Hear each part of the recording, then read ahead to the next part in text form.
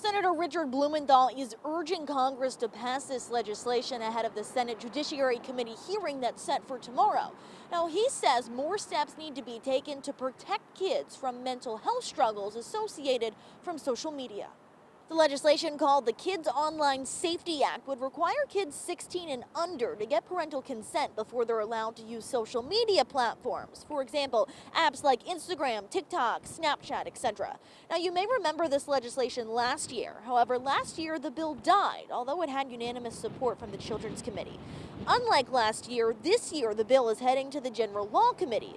Supporters say the bill is aimed at helping children's mental health, saying while social media has benefits, it can negatively impact kids and teens. Now, Senator Richard Blumenthal is leading the charge for the Kids Online Safety Act. He says there is a teenage mental health crisis here in America. Lives destroyed. Children lost, literally, to suicide. Eating disorders. Bullying. Online. And parents unable to have any tools to protect their kids. He says over the past decade, suicide rates and hospital visits for self-harm have doubled in younger teen girls. Blumenthal says social media platforms play a role in that, giving false body image impressions, or it can be used to fuel online bullying. However, some experts agree that more has to be done to protect kids online, but parental consent may not help fix the problem.